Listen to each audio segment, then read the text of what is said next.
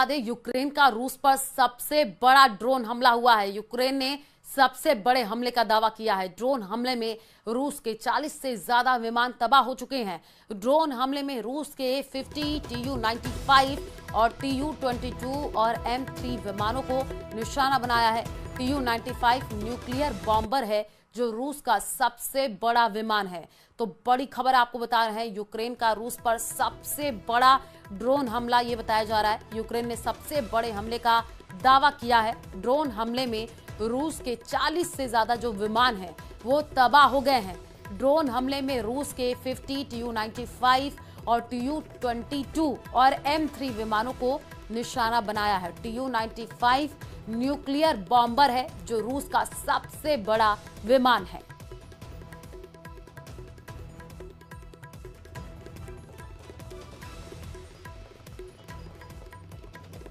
तो ये बड़ी खबर आपको इस वक्त बता रहे हैं।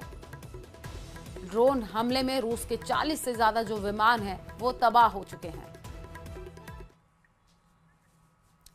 रूस अब यूक्रेन पर पूरी तरह से कब्जा करने के लिए अंधाधुंध हमले कर रहा है। हालात ये हो गए हैं कि अब जेलेंस्की ने भी अमेरिका समेत तमाम नेटो देशों से कह दिया है कि अगर रूस को नहीं रोका तो पुतिन का रूस कई नेटो देशों पर भी कब्जा कर लेगा। कुछ वॉर एक्सपर्ट्स का दावा है कि पुतिन पूरे यूक्रेन को निगलने जा रहे हैं। ये रिपोर्ट देखिए।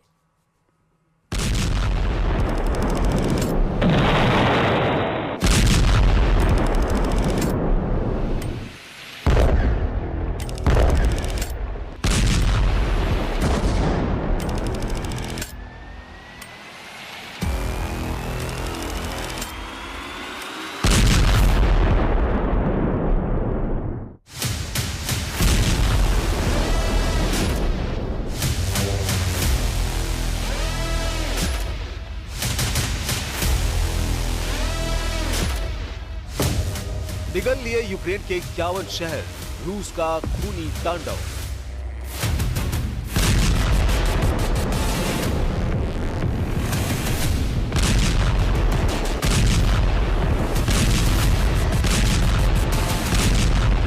लगभग 1200 से ज्यादा दिन की जंग में रूस ने यूक्रेन के लगभग 21% से ज्यादा इलाके पर कब्जा कर लिया है। लेकिन उसके बाद भी पुतिन की रूसी सेना रुकने का नाम नहीं ले रही है। तुर्की में सीज फायर को लेकर हुई मीटिंग में कोई भी नतीजा नहीं निकला। राष्ट्रपति ट्रंप ने पूरा जोर लगाया कि किसी तरह से रूस और यूक्रेन के बीच सीज फायर हो जाए, लेकिन हुआ उल्टा। अब पुतिन की रूसी सेना ने यूक्रेन के 51 से ज्यादा शहरों पर चुन चुनकर हमले शुरू कर दिए हैं। पिछले 24 घंटे में पुतिन के सख्त आदेश पर रूसी सेना ने 24 घंटे के अंदर यूक्रेन पर 528 से ज्यादा धमाके किए हैं। दावा किया जा रहा है कि रूस ने बैलिस्टिक मिसाइलों, शाही ड्रोन और क्रूज मिसाइलों से यूक्रेनी शहरों पर कयामती हमले किए हैं। रूस ने हवाई और जमीनी दोनों हमलों को काफी तेज कर दिया है। वॉर एक्सपर्ट्स के मुताबिक सीज फायर वार्ता बेनतीजा निकलने के बाद से यूक्रेन पर रूस ने 40% से ज्यादा हमले अब तक किए हैं। कुछ रिपोर्ट्स में दावा किया गया है कि अब पुतिन आधे यूक्रेन पर नहीं बल्कि पूरे यूक्रेन पर कब्जा करने की कोशिश में लगे हैं। इधर जेलेंस्की को ट्रंप की तरफ से मिला जंगी धोखा पूरे यूक्रेन पर भारी साबित हो रहा है। नहीं रुकेगी जंग, यूक्रेन के 5 प्रांतों पर कब्जा। रूस यूक्रेन युद्ध को 3.5 साल होने जा रहे हैं। अमेरिका के राष्ट्रपति डोनाल्ड ट्रंप भले ही कहते रहे हों कि वो युद्ध रुकवा देंगे, लेकिन पुतिन ने कभी भी ट्रंप को सीरियसली नहीं लिया। पुतिन का मिशन पूरी तरह से यूक्रेन पर फोकस है। यही वजह है कि रूस 1200 दिन से ज्यादा की जंग में यूक्रेन को धुआं कर चुका है। पिछले 24 घंटे में जिस तरह से खौफनाक और खूनी हमले रूस ने यूक्रेन पर किए हैं, उसने जेलेंस्की की बोलती बंद कर दी है। यूक्रेन के 51 से ज्यादा शहरों और गांवों पर भीषण हमला किया है। इस हमले में 20 से ज्यादा लोगों की जान चली गई और कई घायल हो गए। यूक्रेनी राष्ट्रपति व्लादिमीर जेलेंस्की ने इस हमले की निंदा करते हुए एक तीखा बयान जारी किया और अंतर्राष्ट्रीय समुदाय से तत्काल कार्रवाई की मांग की। जेलेंस्की ने ट्वीट कर कहा, हमारी आपातकालीन टीमें लगातार जमीन पर काम कर रही है। जहां जरूरत है वहां लोगों को राहत दी जा रही है। जेलेंस्की ने लिखा, रूसी हमले की भयावहता का अंदाजा इसी से लगाया जा सकता है कि रूस ने एक ही रात में लगभग 300 हमलावर ड्रोन से अटैक किए हैं। इसमें अधिकांश ईरान निर्मित शाहिद 136B ड्रोन थे, जिन्होंने यूक्रेनी इलाकों को तबाह किया है। इसके साथ ही रूस ने करीब 70 बैलिस्टिक और क्रूज मिसाइलों से विभिन्न शहरों पर हमला किया। यूक्रेनी वायुसेना के मुताबिक रूस ने 14 इस्कंदर M और KN-23 बैलिस्टिक मिसाइलों से हमले किए हैं। इसके अलावा 250 हमलावर शाहिद ड्रोन से हमले किए गए हैं। यूक्रेनी सेना का दावा है कि उसने यूक्रेन की 6 बैलिस्टिक मिसाइलों और 128 ड्रोन को मार गिराया।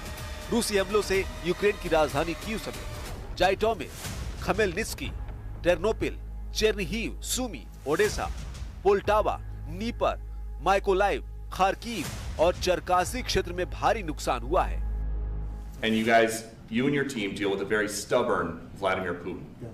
Do you look? And Zelensky. Yeah. But do you look at this Very conflict stubborn Zelensky too. any differently now? Like, do you look at this and see Putin as the good guy or the bad guy? So I've known him very well. आबादी नहीं, पूरे Ukraine पर कब्जा। UN के मुताबिक 3.5 साल की जंग में 30 लाख यूक्रेनी अपने ही देश में दूसरे ठिकानों पर जा चुके हैं, जबकि 60 लाख से ज्यादा यूक्रेनी विदेशों में शरण लिए हुए हैं। इधर पुतिन ने अमेरिका और यूक्रेन को साफ कह दिया है कि अगर सीज फायर चाहते हो तो यूक्रेन के कम से कम 5 प्रांत रूस के हवाले कर दो। हम आपको बता दें, रूस ने इन इलाकों पर हमले तेज कर दिए हैं जिन पर वो कब्जा करना चाहता है। अब आप ये जान लीजिए पुतिन सीज फायर किस शर्त पर करना चाहते हैं। रूसी सूत्रों के मुताबिक रूस ने यूक्रेन से 5 प्रांत देने को कहा है। रूस जिन 5 जगहों से यूक्रेन की आर्मी को हटाने पर तुला है वे हैं डोनेस्क, खेरसोन, खार्किव, ज़पोरिजिया और लुहांस्क। डोनेस्क एरिया में रशियन बोलने वालों का प्रतिशत ज्यादा है, जो खुद को रूस के करीब मानते हैं। आखिरी सेंसस के मुताबिक डोनेस्क की लगभग 75% जनसंख्या रूसी बोलती है। वे कल्चरली भी रूस से जुड़े हुए हैं। इसके अलावा साल 2014 में क्रीमिया के रूस में विलय के बाद यहाँ के लोग खुलकर मॉस्को के सपोर्ट में आने लगे। यूक्रेनी सेना और रूसी सपोर्टरों के बीच भारी जंग भी हो चुकी है। यूक्रेन का सर्वनाश, पुतिन के सीरियल अटैक शुरू। रूसी मिसाइलों के हमले, रूसी फाइटर जेट के हमले, रूसी ड्रोन के हमले, रूसी टैंक, तोप, रॉकेट से हमले यूक्रेनी सेना पर बेहद भारी पड़े हैं। इजराइल ने नए सिरे से हवाई हमले कर 3 देशों में कोहराम मचा दिया है। सीरिया में इजराइल ने 2 मिसाइल बेस पर बम बरसाए हैं। यमन में सना एयरपोर्ट पर इजराइल ने मिसाइलों के धमाके किए हैं। उधर लेबनान में हिजबुल्लाह के टॉप कमांडर मोहम्मद अली जमूल को इजराइल ने मार गिराया है। अमेरिका ईरान की एटमी डील फाइनल हो उससे पहले इजराइल के हमले तेज होने से ट्रंप की टेंशन बढ़ गई है। वहीं ईरान ने इजराइल से सीधे भिड़ने की तैयारियां शुरू कर दी हैं। तो क्या खाड़ी में ट्रंप डबल युद्ध शुरू करने जा रहे हैं? ये रिपोर्ट देखिए।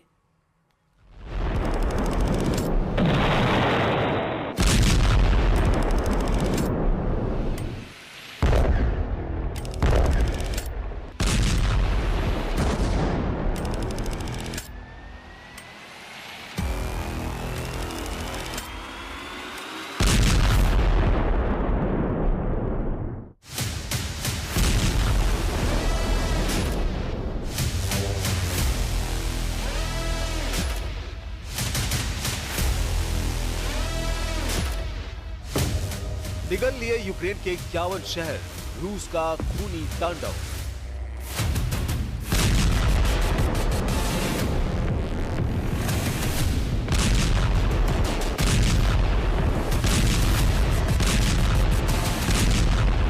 लगभग 1200 से ज्यादा दिन की जंग में रूस ने यूक्रेन के लगभग 21% से ज्यादा इलाके पर कब्जा कर लिया है।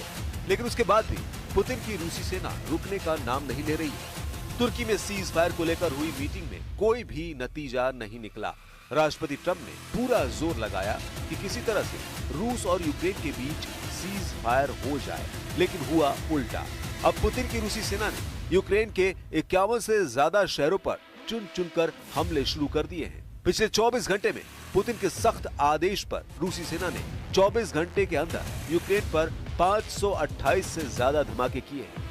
दावा किया जा रहा है कि रूस ने बैलिस्टिक मिसाइलों, शाही ड्रोन और क्रूज मिसाइलों से यूक्रेनी शहरों पर कयामती हमले किए हैं। रूस ने हवाई और जमीनी दोनों हमलों को काफी तेज कर दिया है।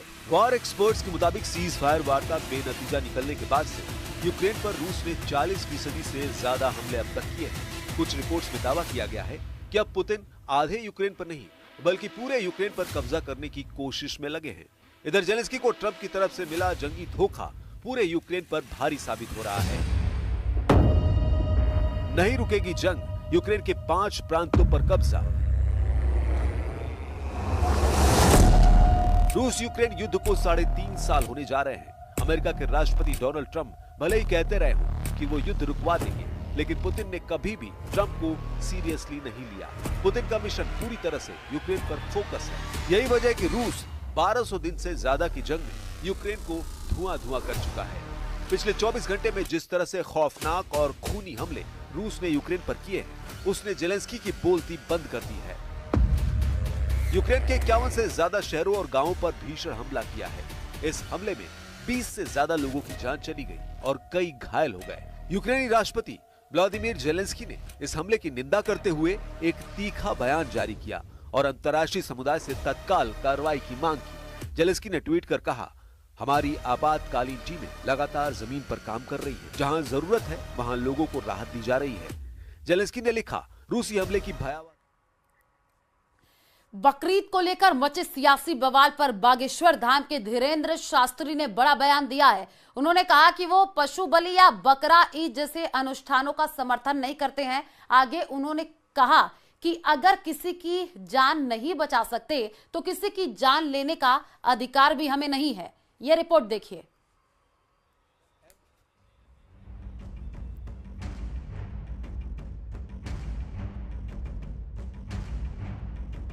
बकरीद से पहले देश भर में कुर्बानी को लेकर फिर विवाद खड़ा हो गया है। मध्य प्रदेश के छतरपुर में बागेश्वर धाम के धीरेन्द्र कृष्ण शास्त्री ने कुर्बानी पर सवाल उठा दिया है और किसी भी जानवर की बलि को हिंसा बताते हुए इसका विरोध किया है।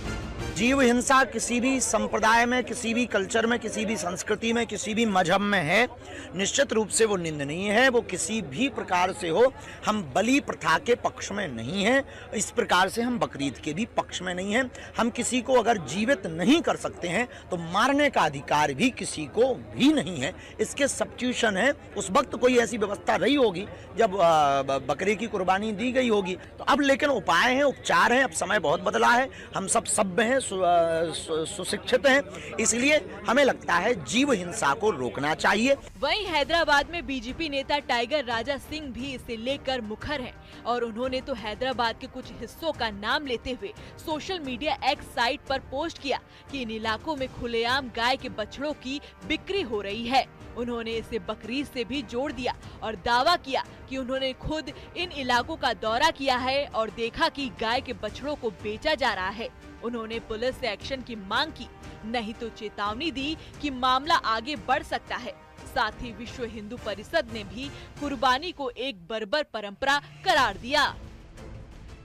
अभी जैसे मैंने कहा है कि 7 जून के दिन हजारों की लाखों की संख्या में हैदराबाद पार्लियामेंट क्षेत्र में, जहां का सांसद असदुद्दीन ओवैसी है और उसी का भाई अकबरुद्दीन ओवैसी विधायक है, इसके 7 विधायक है और 40 से अधिक कारपोरेटर हैं।